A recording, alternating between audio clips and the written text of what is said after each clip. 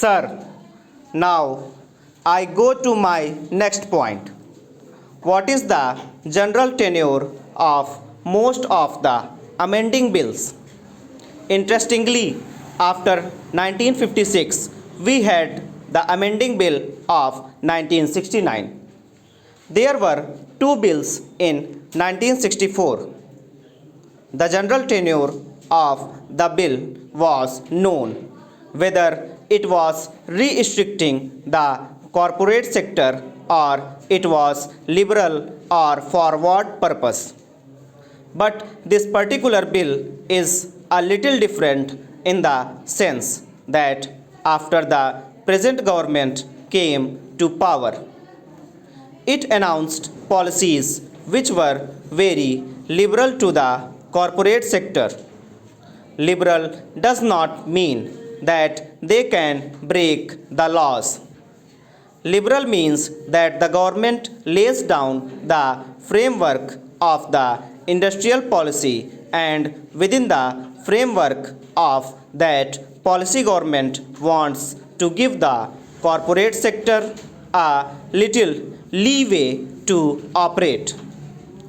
But here I find under section 270 or section 372 a whole new definition is given to intercorporate deposits, including deposits within the meaning of loan not only creates trouble for the corporate sector, it is violence to the English language.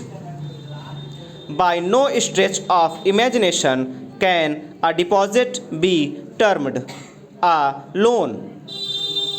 We are making deposits in banks. They cannot be called loans. We are not giving loans under intercorporate deposit. To include it under the term loan is an atrocity, and it will only affect the small and medium entrepreneurs. The bigger companies can get enough loans from companies, from government institutions. In spite of our talk of socialism and decentralization, it is always the bigger companies which get the larger cake out of the government resources, and it is the small and medium people who are hit hard by the provision. While ostensibly it is meant to protect the small man, the people who are really hit by the tenure of this bill are the small and medium entrepreneurs. The MRTP and FERA companies are not affected by this bill at all. I do not suggest that there should be any restriction put on MRTP or FERA companies which are not realistic.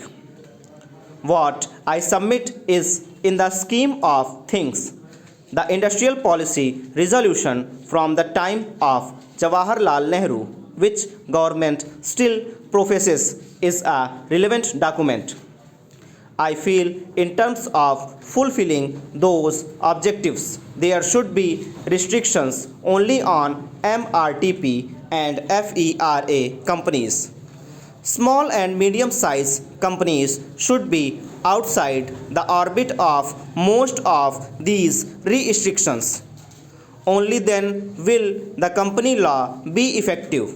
Otherwise, this series of amendments may add to the plethora of amendments that we have been adding from year to year. Stop.